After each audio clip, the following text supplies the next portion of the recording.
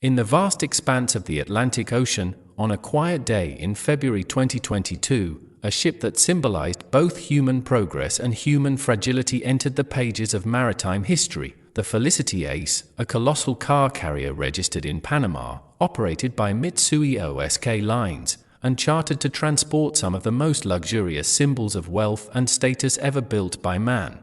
The vessel was carrying nearly 4,000 vehicles from the Volkswagen Group, Porsches, Audis, Bentleys, Lamborghinis, and Volkswagens themselves, machines designed to shine under showroom lights, destined for eager owners across the United States. But as the Felicity Ace crossed the cold waters south of the Azores, something unexpected happened that turned this symbol of prosperity into a floating tomb of luxury. A fire broke out deep in its cargo hold. Witnesses later explained that the blaze may have been triggered by lithium-ion batteries inside electric vehicles stored in the lower decks, batteries that, once ignited, were almost impossible to control. Within hours, the flames spread through the labyrinth of steel, filling compartments with smoke, while alarms rang across the vessel.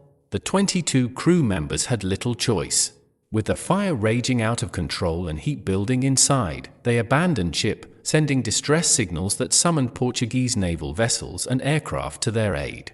Helicopters hovered, lowering rescue teams. The men and women who had been aboard were lifted to safety. By some miracle, not a single crew member lost their life, but the ship itself was now doomed. For days, the fire continued to burn unchecked, fanned by winds, feeding on plastics, chemicals, paint, and batteries. Satellite images captured plumes of smoke rising above the Atlantic, and the world's media watched as a billion-dollar cargo slowly transformed into an inferno at sea. Maritime engineers tried to approach, but the conditions were treacherous, the blaze so fierce that firefighting at close range was almost impossible. Tugboats sprayed water from a distance, yet every expert knew lithium-ion battery fires were relentless. They could reignite even after being doused.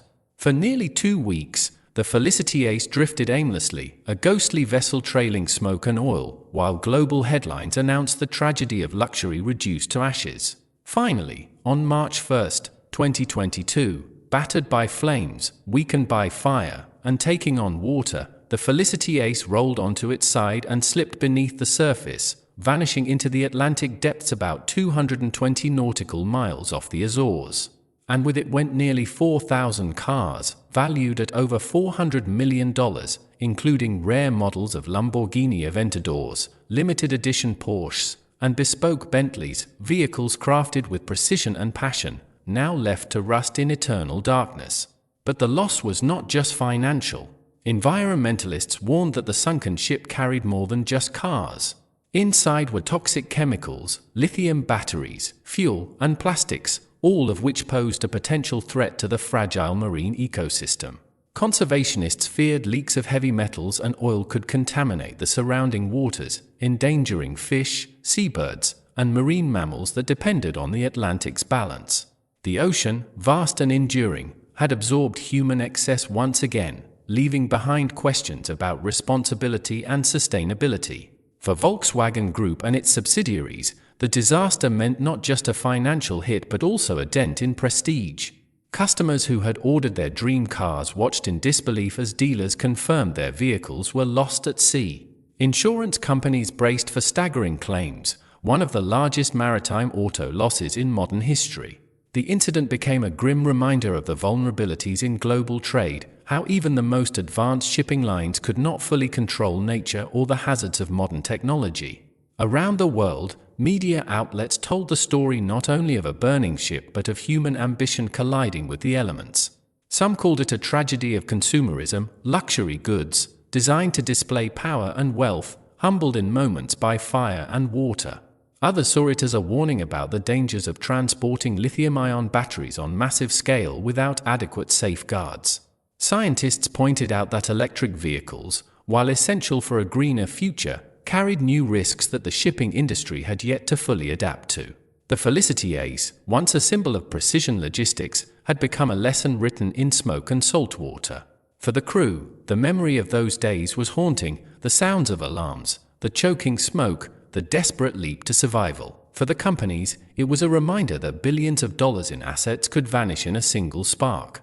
And for humanity, it was another testament to the fact that, despite all our wealth, technology, and pride, the sea always has the final word.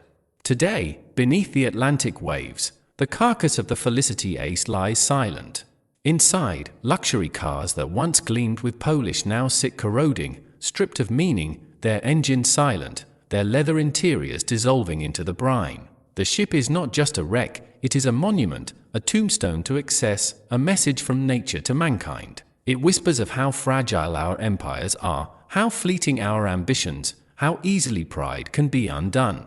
Journalists called it the most luxurious shipwreck in history, but those who study it see something deeper, the echo of an ancient truth, that human desires can never conquer the ocean's power.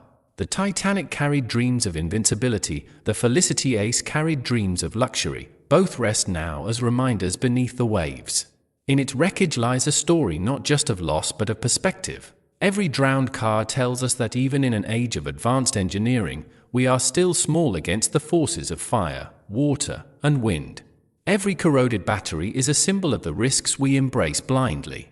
And every ripple above its grave reminds us that the planet carries the scars of our ambition.